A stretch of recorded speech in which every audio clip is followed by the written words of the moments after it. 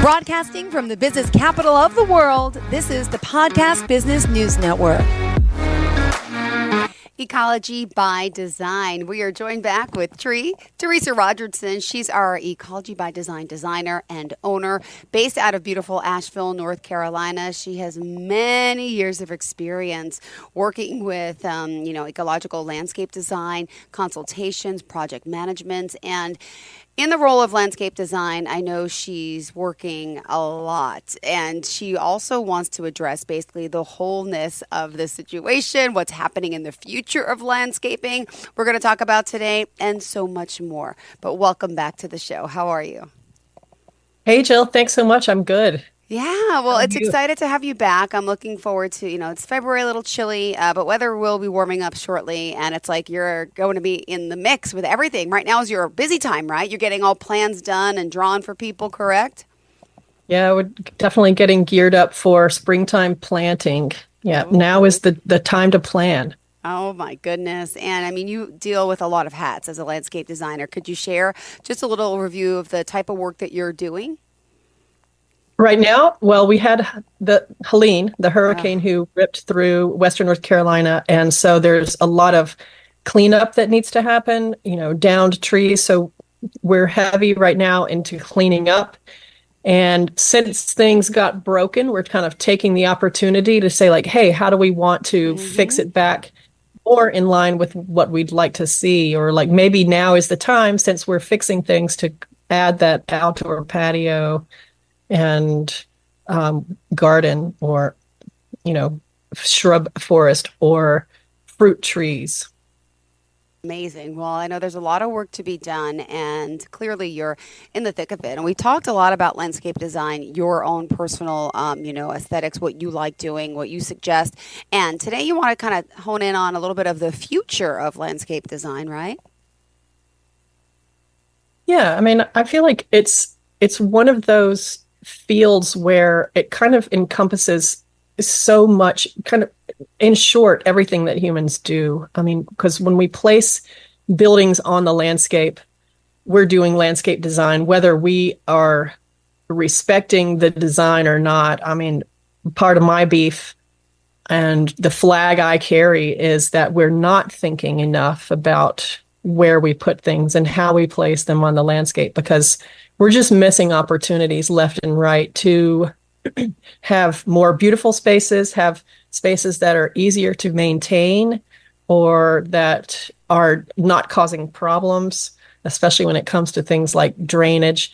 So the future of landscape design, I feel, is an increasing awareness of how the landscape really affects us. And so people who have a home are increasingly, now that we have internet and groceries delivered and all of that, we're increasingly turning to our home place to be our kind of everything place. And it's an important place. And so maybe the word is a little woo-woo, but like the sanctuary or a man cave. We come home to our place, right? Where we renew and we rest. And we need that in the world right now, because the world is crazy. So an increased focus on the home, whether we own it or rent it, and how we can make that a better place with and provide some sustenance. Like fruit growing on trees, for example, or vegetables. And, it doesn't take that much to grow some cherry tomatoes. And almost anybody can not fail at that. And so I feel like the future of landscape design is bright as we realize more and more, essentially, the consequences of what we do. Got it. So you're also adding those vegetables and gardens if we can, right? Because you're mentioning, I guess, the more sustainability, more people growing their own food, and because tell me what you're seeing in the world right now. Well, our food quality has been slowly declining because of soil health and kind of the big mechanized and industrialized way of having monocrops. So mono being one, crop being the broccoli or whatever. And nature doesn't really work that way that well. So, people are taking more control of what they put into their bodies. And so, I mean, it's a whole other subject that we could get into about how we could raise grass-fed beef sustainably and have our lawn mowers. The cows would be the lawn mowers. They go out and they ruminate and they Natural don't, grazing. we don't need to have these lots. Like if we have big expanses of land, the cows can roam and chew on the grasses and help control that jungly aspect. And then we have our grass-fed beef. That's another part of landscape design. But the Venn diagram of sustainable agriculture and landscape design, they're totally connected. But as far as like residential on a personal level, people are starting to take more control of things. And so, growing the bitter greens like, the brassicas like kale and broccoli. Well, broccoli's kind of hard, but like Swiss chard and lettuce, there are some things that are really easy and can grow in the shade. And you just need a bucket on the porch, So I see this trend and I'm here for it to make it beautiful and provide sustenance. I love that. For someone, out there who maybe is not familiar with this or doesn't even know how to garden, I mean, is that something you're going to teach them how to upkeep, or how are they finding out this information? I know you can make suggestions, but will you teach them, hands-on what they should be doing? Because someone, like my dad has a degree in horticulture. I don't have the green thumb. My mother had it. My dad had it. So, how would you explain that to someone who's not used to that? Because once you leave and set it up, someone has to maintain it. Right. Yeah, that is a big piece of it is, I'm designing landscapes that don't need a lot of maintenance, but there's no such thing as no maintenance because nature is always just doing stuff and sending leaves down to the ground and all that. And the way I tell clients is after we put plants in the ground, they're like babies, Yeah. You've got to give them a little bit of help for a year, and then then they get into high school, and you can kind of leave them be, and then after that, by the time they go to college or enter the workforce, it's kind of on them. So there is definitely some coaching that I do, and then I'll turn it over to like landscape maintenance folks, who will come every week or so just for the first few weeks after a landscape installation to make sure everything is watered in and looking good and to tweak anything that's not right. And then after that, first few sessions, then it's just maybe a couple of weeks, check it out. And then we can not have to worry about it so much. But, for someone who's never done it and says they have a black thumb, it's like, well, I did too. And I was like, I had no idea. And I tell you that the way I learned how to deal with plants and to succeed was through neglect and just observing. The hard way, though, yeah. Like, well, but also the plants, people tend to kind of overdo the work and like helicopter parent, I guess, the plants too much. Mm-hmm. And what's interesting is that actually, if you kind of step back and neglect them a little bit and then just look at them and say like, wow, what does it look like it needs? Oh, it looks like it needs water.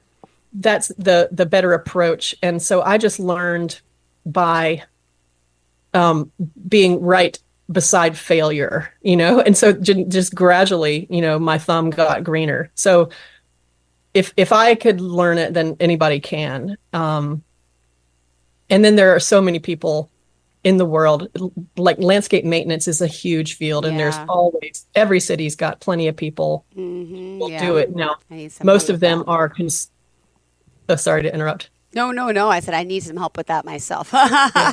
I mean, most of the people in in the workforce doing it are kind of like lawn maintenance people, especially on the east of the Mississippi, where we have, moisture all year and a lot of grass. But, gradually people are getting more educated in, the finer points of landscape maintenance, like taking care of individual plants and then, food plants and stuff. So it's happening. Oh my goodness. Well, thank you for sharing that. By the way, what is your website? I'm not sure if we even mentioned that off the top. Sorry. Yeah, I'm at ecobydesign.net. So my business is Ecology by Design, and that is ecobydesign.net. And you can also find me on the Houzz network, Houzz. I'm a pro in the landscape architect and design branch of Houzz. Beautiful. Thank you for sharing that. And I know we had some great conversations. I've seen a lot of her work. You can go on the website and check out, some of the work for yourself. And what else do we have coming up, in the future, would you say? What else is the future of landscaping? I know you mentioned, I'm not sure if this qualifies as part of the conversation, but like the natural water flow and we talked about that in the past, right? Oh, yeah. Dealing with water. Yes. That is if landscape design doesn't address drainage, Mother Nature will. And that is the first order of business, is to be like, to look at a site and like, where's the water going to go? Yeah. And because of all the things that can happen, water is the one that will make the destruction happen. You can be underneath a cliff, and that cliff might hold 40 years, but as soon as you add water to that cliff, then maybe so we always are looking at drainage and where the water will flow on the site. So that's important whether you're building a house or doing the landscape. And frankly, I've seen, as I come in as a landscape designer, usually after the houses get built, what I'm seeing is, oh gosh, y'all, what can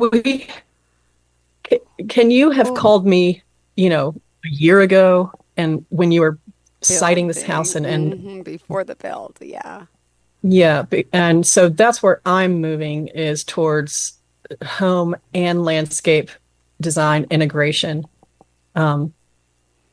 Because I'm seeing a lot of mistakes and just kind of thoughtless, like, oh, the water will go away. And I'm like, well, where's away? Because away looks like your basement right now. Exactly. Yeah.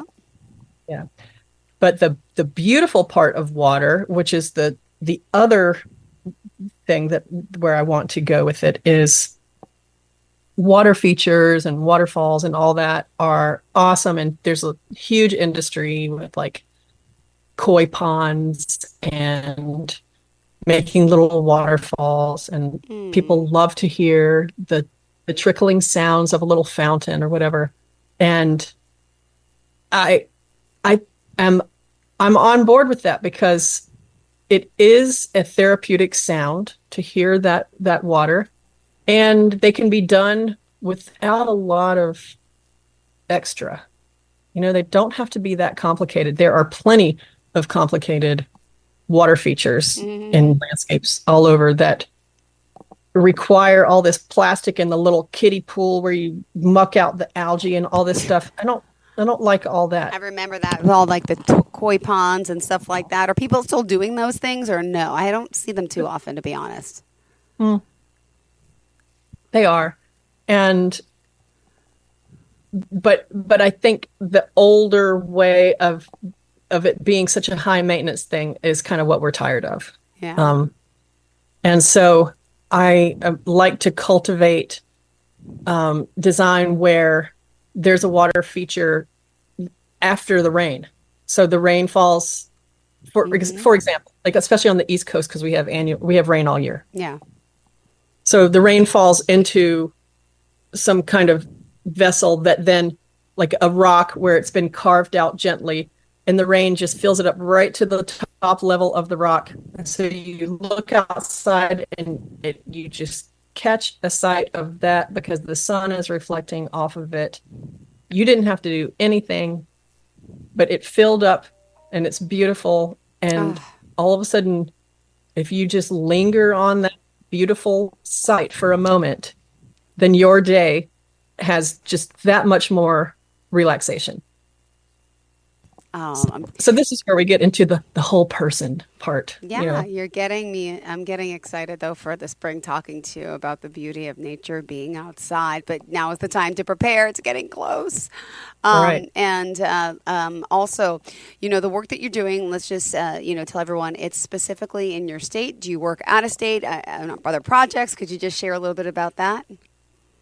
No, I'm adventurous. I've traveled a lot in my life. Mm-hmm. I go out and surf and get hammered in the ocean. I love to adventure. And so my work will lead me anywhere. I am based out of Asheville, North Carolina, but I spent 20 years in the Bay Area of California. So I work everywhere in between. So I love to travel and design. So she's open to travel. pragmatically. Yes. Yeah. Perfect. Thank you, sweetheart. What else did you want to share with your audience today about the future of landscaping? And again, I love, you taught me something a few weeks ago, what we just discussed about why are we not building our homes and hand in hand with the landscape architect designer instead of moving into a piece of property that's barren and just sitting there. And it's like, what if it's in the wrong direction? What if you plan on putting a garden in the yard? Now all of a sudden the sun's not in the yard. I mean, it just seems so common sense that we would be doing that, but it's a shame. That's not happening. Right. Well, I mean, I think we've all seen that common sense is not that common. And yeah. And you're funny, but it comes down to oftentimes it's about money.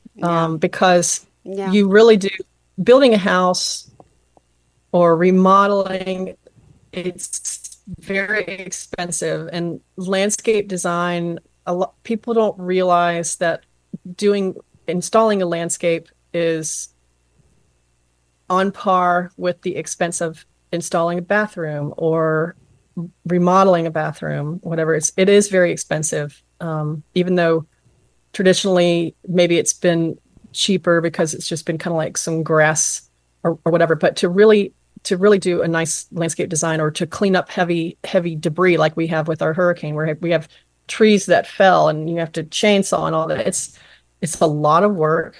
And so it is expensive. And to build a house, you have to satisfy certain things with the permit. And so, you need your architect because you need the house or you choose a plan off the internet.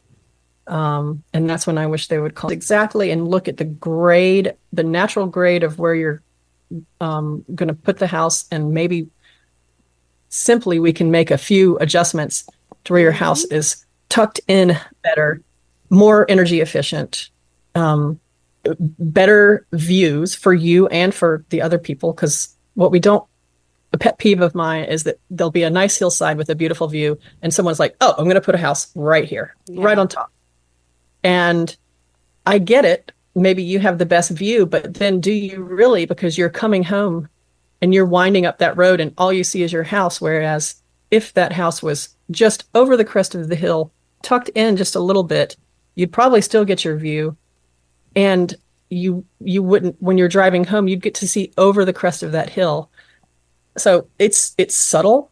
The art is subtle, and unfortunately, not everybody has an unlimited checkbook. But I do feel like if at least a consultation with a knowledgeable landscape architect or designer happened early on, just a consultation to help decide how the situation of that house in conjunction with the architect and the contractor. I mean, with that kind of collaboration, if people are open to that, which generally they have been, then you can avoid a whole host of expenses, and you can actually create a more sustainable living situation because maybe the sun doesn't come right in those windows all day long and heat up the floor and make your air conditioning bill skyrocket. So there's proper prior planning prevents piss poor performance. It's that thing. Well, also, Tree, now you've been in the business for many years. You have a lot of experience. And for those that may not know, just could you share, a little bit of that background and passion for what you do? Yep. Sure. As a kid, someone bought our house and remodeled it fantastically. It was a great house. And I was like, oh, wow, things can be done. Like, this is amazing. And then I wanted to be an architect. And then I got into wilderness, whitewater kayaking and stuff. And I was like, no, I want to be more like with nature. And then I found the school, or it found me, the Conway School of Landscape Design in Western Massachusetts. And so then I was like, okay, landscape architecture, there we go. And I visited the school and I said, I got to go, and got out of the school and went straight to the Bay Area, and was fortunate and linked up with some really good, high-powered landscape architect and landscape contractor, and one who had an ecological landscaping business. So they Terra Nova Ecological Landscaping. They use bicycles around town with the gear and do landscape maintenance, human powered. And that's, Santa Cruz, very, very Santa Cruz and awesome. But I just had a great experience and finally was able to have that outlet to make the dreams I had seen from being in nature come true at a residential scale.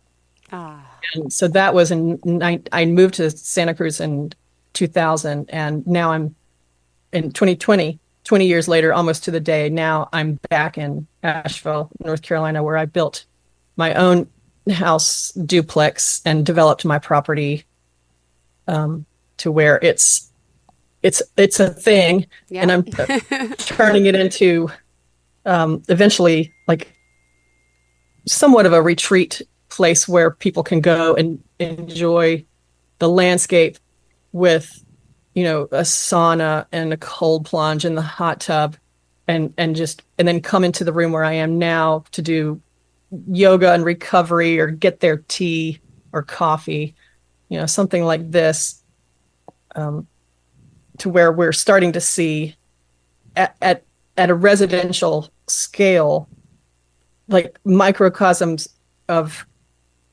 what people want, because of Airbnb, the onset of Airbnb and things like this, where at someone's house you can make a world at a home that people will go to get that service, like sauna, plunge, hot tub. So I've got the waterworks are on my mind.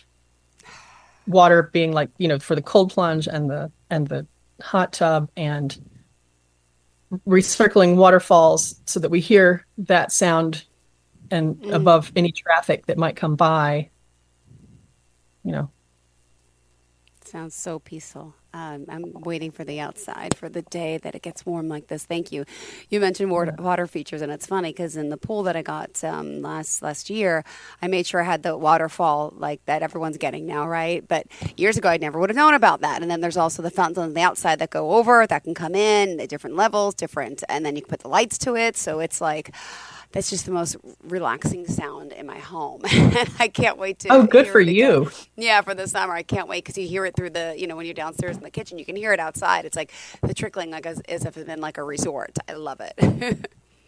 And so doesn't that detail, and it didn't have to be with a big expensive pool. It could have just been like a standalone thing, but that detail of that little bit of noise. Yeah. Would you agree that it changes your life somewhat? Yeah, it makes it a lot more relaxing and serene. I love it. I love it. I mean, also someone can go to like the dollar store and buy maybe a little mini fountain that does the same thing. You hear the same sound, but so it's in everyone's price budget, right? Right. Oh, well, we still got 3 more minutes left, Tree. What else do you want to make sure we cover for today? Well, I'd like to just speak a little bit about native plants. Sure.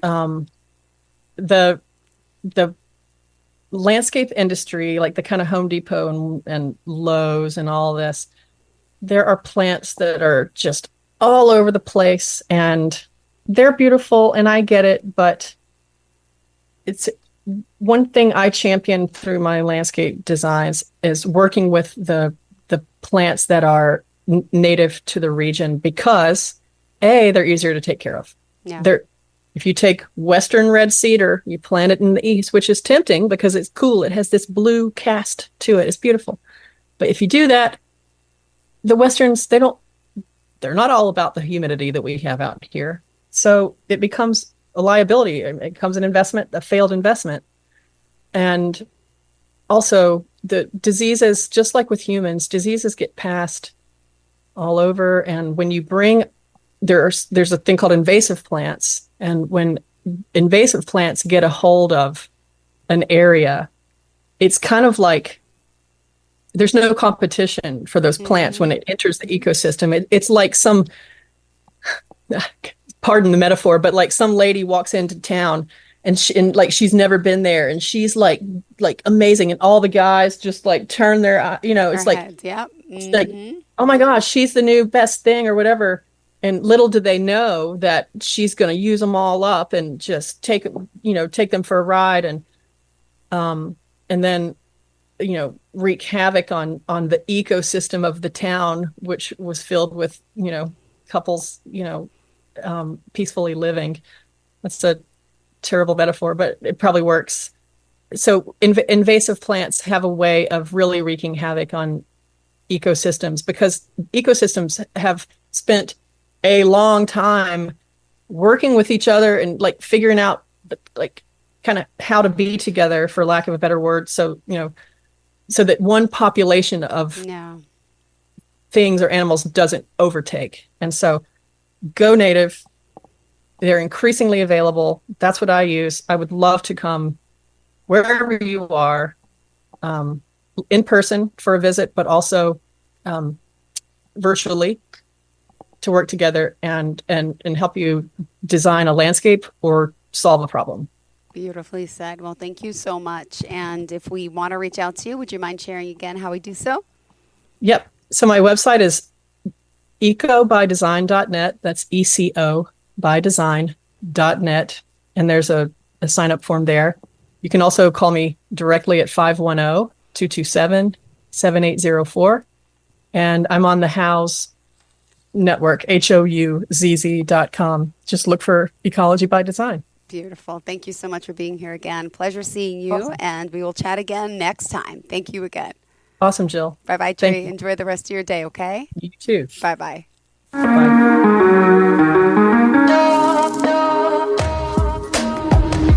Broadcasting from the business capital of the world, this is the Podcast Business News Network. Adopt US Kids presents Multiple Choice Parenting. Your daughter just had her first breakup. Do you A, put yourself in her shoes? How could he do this to you? And for Sheila, she has split ends. B, console her? Oh, sweetie, this is going to happen a lot. 4, maybe 5 more times before you get married. C, take charge? Got to get this all straightened out. Give a little talking to, man to man, mano a mano. Hey, Steve! Is now a good time? No? Okay, no problem. Bye. Or D, help her find a new boyfriend? I know a great place to meet boys. The internet. Nice, single boys. Never mind. How about some ice cream? As a parent, there are no perfect answers. But you don't have to be perfect to be a perfect parent. Thousands of teens in foster care will love you just the same.